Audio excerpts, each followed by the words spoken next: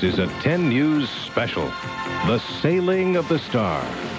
Come aboard and be a part of San Diego history as we set sail on the oldest merchant ship afloat. The Star of India awaits you. This 10 News special is sponsored. San Diego Bay, the weather here a whole lot better than it is right now in Indianapolis, where I'm sure you're aware they're in a long rain delay to begin the start of the Indianapolis 500. They tell us it would be at least 30 minutes more before they are able to begin that race, if in fact they're able to run that race at all today. So at this point, we will continue with our regularly scheduled programming, bringing you live coverage of the departure and historic sailing of the Star of India. Now, if in the next 30 minutes we receive any word from Indianapolis, we of course will relay that to you at that time, and then we'll be going back to Indianapolis at the conclusion of this program to resume our live coverage from there.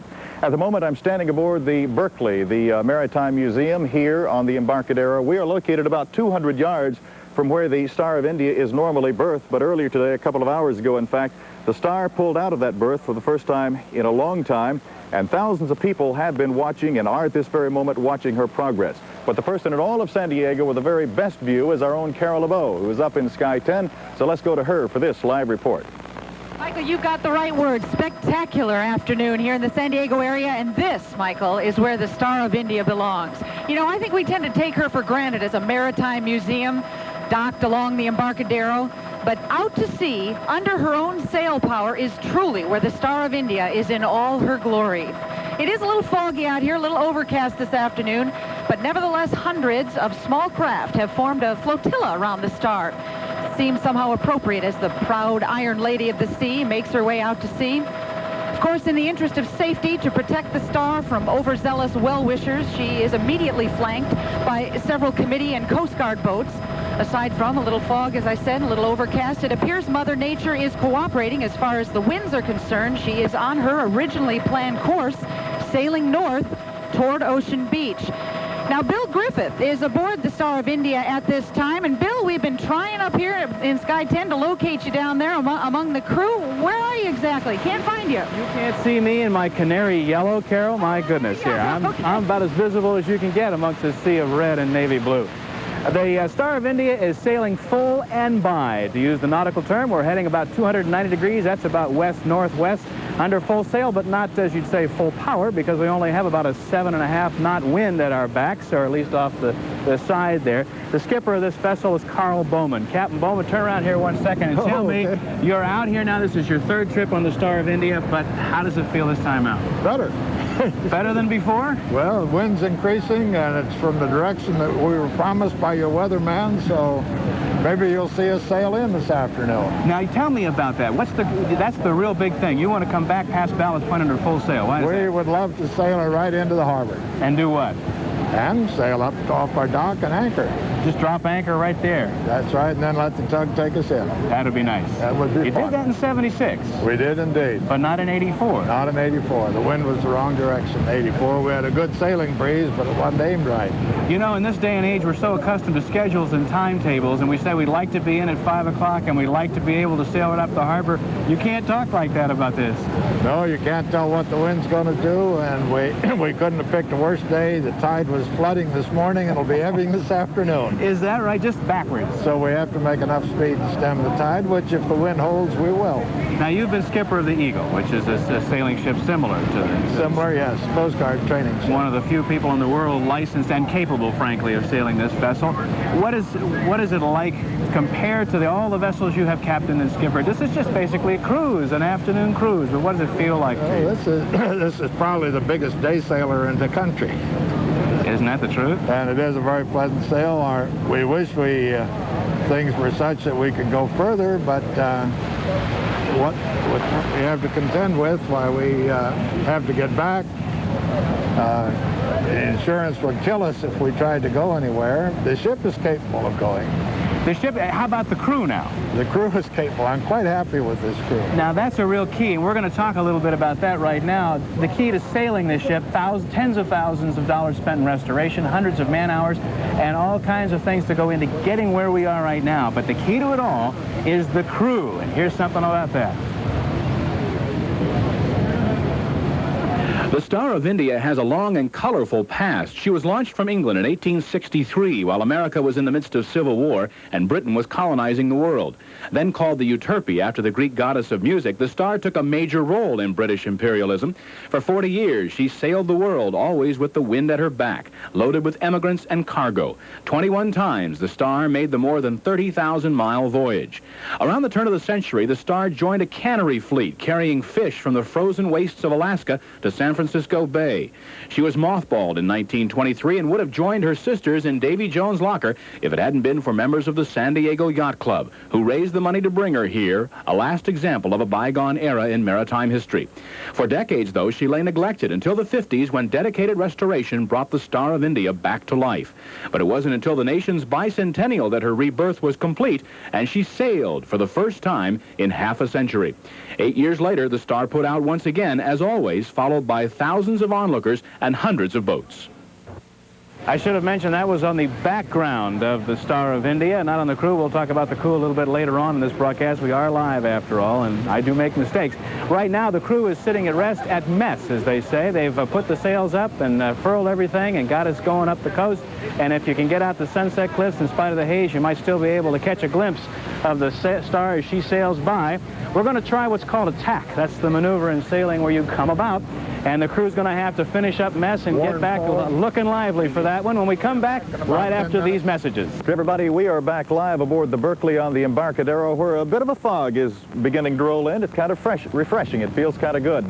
Today on the Embarcadero at this hour, things are kind of normal, a typical Sunday afternoon here, but earlier today they were anything but normal as preparations were made for the historic sailing of the Star of India. Let's take a look back at some of those preparations now.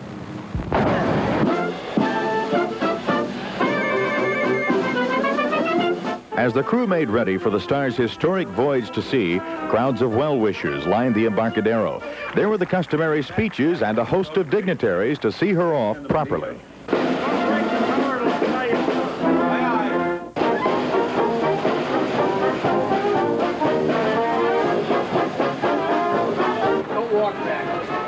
With pre-sailing ceremonies behind her, the Star of India then tugged at her lines to be set free from the dock to once again get back to the sea. It's going to get heavy. Get a couple people on it. Watch the bite of the line.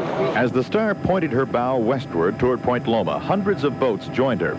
A fleet of committee boats, harbor patrol, and Coast Guard ships encircled the Star to provide her safe passage out through the bay. As she passed Point Loma, she cast off her lines from the escort tug and let the wind and her massive sails determine her course.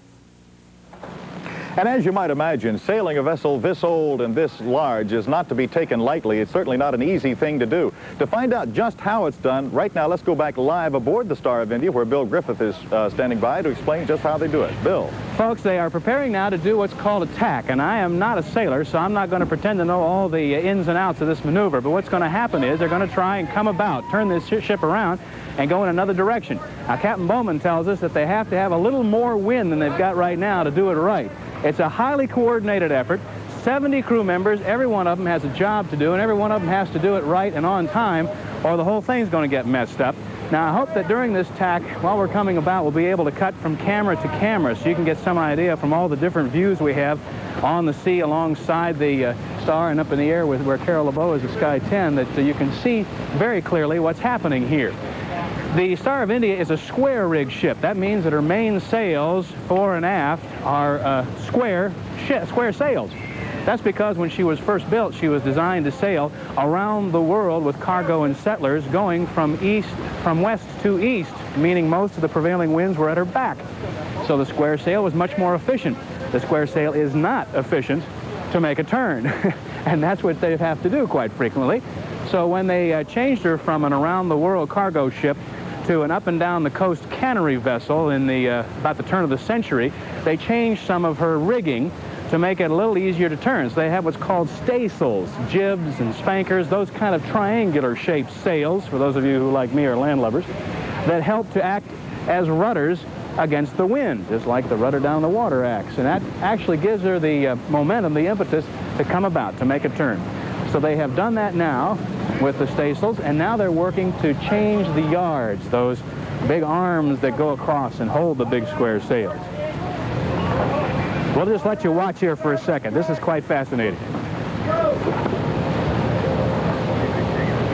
Throw those braces off. Let them run.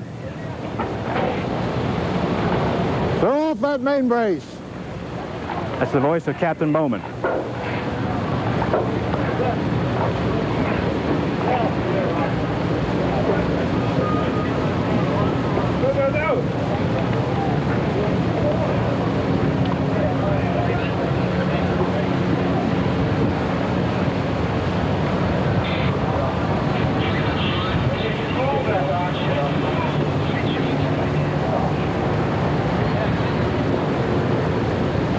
Things do not happen quickly aboard a sailing vessel.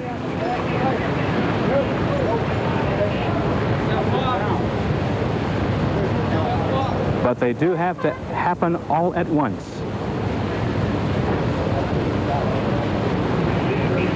One of the problems with a ship this size, we're talking about 202 feet overall, is getting the captain's calls from the poop deck, yes, there really is a poop deck, up forward to where the jibs are, and there's another set of crewmen. Captain Bowman has used a bullhorn and a walkie-talkie. Carol, how does it look from your vantage point up there? You got a great shot. Carol LeBeau, how does it look up there from Sky 10? Bill, it is absolutely spectacular. In fact, one of the questions I had for you during the tacking procedure, it almost seems like a system of organized chaos. Does it seem like all heck is breaking loose down there, or do you get the sense that everybody knows what they're doing? They all know exactly what they're doing, but it still looks a little bit chaotic. It's because it happens in spurts. Everybody will stand around holding on to what's called the braces or the sheets. And by the way, sheets are not sails. They are the lines attached to them. I found that out. And they'll stand around for long periods of time and then just work like crazy when the wind is just right. So you're right, it is a little chaotic down here. I use it off so we go down.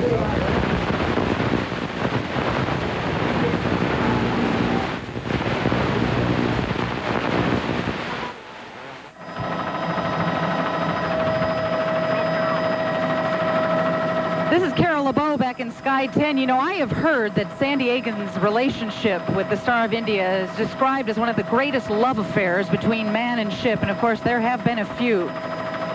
Well, today's date with the Star began early this morning as thousands of well-wishers began gathering along the Embarcadero and along the shores of Shelter and Harbor Island. Perhaps the most popular vantage point was from Point Loma at the Cabrillo Monument, where onlookers gathered to wait as the Star was pulled by tug through the channel and out to sea, waiting for her to get underway full sail. Why such love for this lady of the sea? Well, we asked some of her fans a little earlier today.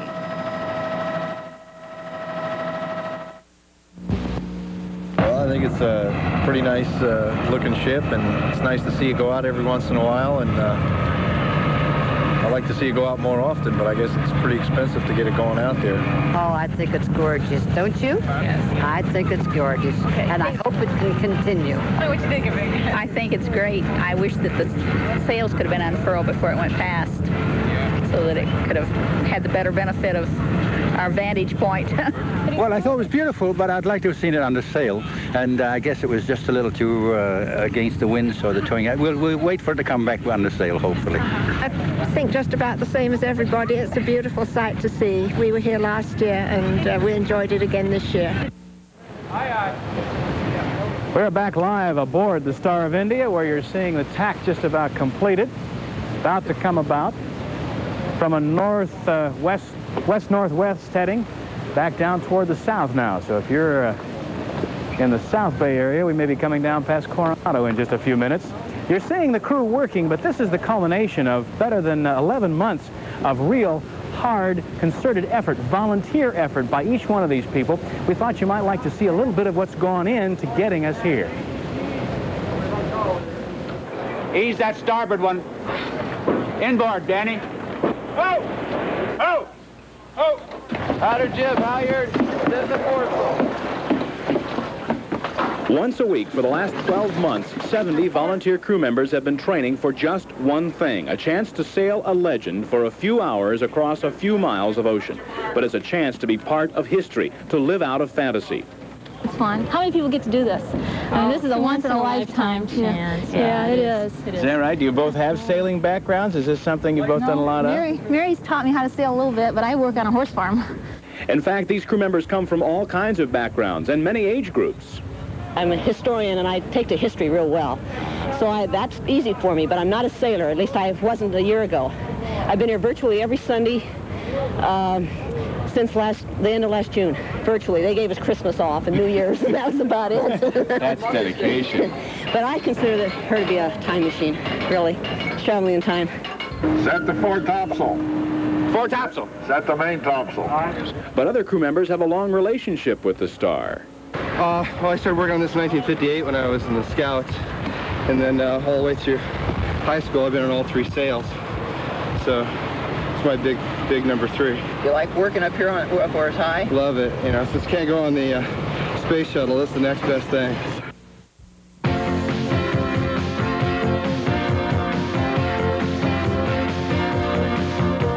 Everybody, I'm Michael Tuck. Let us update you on the progress of the historic sale of the Star of India this afternoon. I, of course, am aboard the Berkeley here on the Embarcadero. The Star of India pulled out of here about 9:30 this morning. Our Carol LeBeau has been up in Sky 10 following the progress of the Star and also taking a look at some of the thousands of spectators along the way. And the guy with the really lucky assignment, I guess, is Bill Griffith, because he actually is aboard the Star of India on this historic sale. Let's go back to him right now for more from the Star. Bill. Thank you, Michael. The tack has been successfully completed. We're here now with Carl Jensen, who all the crew members tell me is responsible for all this coordinated effort, huh? Well, they're being generous, I think. There's a few others that had quite a bit to do with it. Here's a man with 30 years of sailing, or Navy experience, and a lot of that on schooners and sailboats and whatnot. The day has finally arrived. How do you think now? Well, it's coming together pretty well. The other day, I wouldn't have said too much. Why is that? Well, I don't know, like opening day jitters. You know, they're a little nervous, and the television cameras and all that when they were taking background shots. They're doing real well. Everything's going great today. See, now you look like a man who could have been on this ship back in 1863 or 73 or any of those times on some of those great, just that salty look with the beard and everything. Do you ever wish you were back in that time? Oh, yeah, many times. I've always thought I was in the wrong century. But my grandfather looked a lot like me, and he was a sailing ship man, so we've been saltwater around quite a while. Yes, they have. Thank you, Carl Jensen. He calls himself the crew instructor, but the crew calls him Mr. Wonderful. The most important. The decks are quiet again, as we say. These are spurts of activity when the tack happens, and then when it's done, everybody just kind of stands around. We have some dignitaries on board, some folks who have contributed quite a lot of money to the Maritime Museum and are heavily involved in the sailing of the Port District. Again, let's go for an eagle-eye view. Carol has the catbird seat up there. How does it look from up there? Well, Bill, I know you are enjoying an incredible experience on board the Star of India this afternoon, but I have to admit, I'm not too disappointed with my assignment. This has truly been a glorious afternoon. It's hard to believe that this proud lady of the seas has suffered nearly 30 years of neglect, barely escaping being broken up for scrap. You know, she's simply beautiful this Sunday afternoon. It's a sight that's almost surreal. But it is her day. The Star of India owns the sea this afternoon, majestic as she makes her way along the coast. Now, from our vantage point above the display, it's been truly a moving experience. I'm a self-admitted landlubber, and I have just been won over to the sea this afternoon. The Star of India is indeed a monument to a city determined to hang on to its maritime heritage, and I'm proud to have been a part of it. And Michael Tuck down there on the Embarcadero, that's my perspective. That has a ring to it. Thank you, Carol. It is a sight we're all fortunate to have seen here in San Diego this afternoon. That concludes our coverage of the sailing of the Star of India, a historic day for the ship and for the city of San Diego as well. We thank you very much for joining us this afternoon, and enjoy your day, everybody.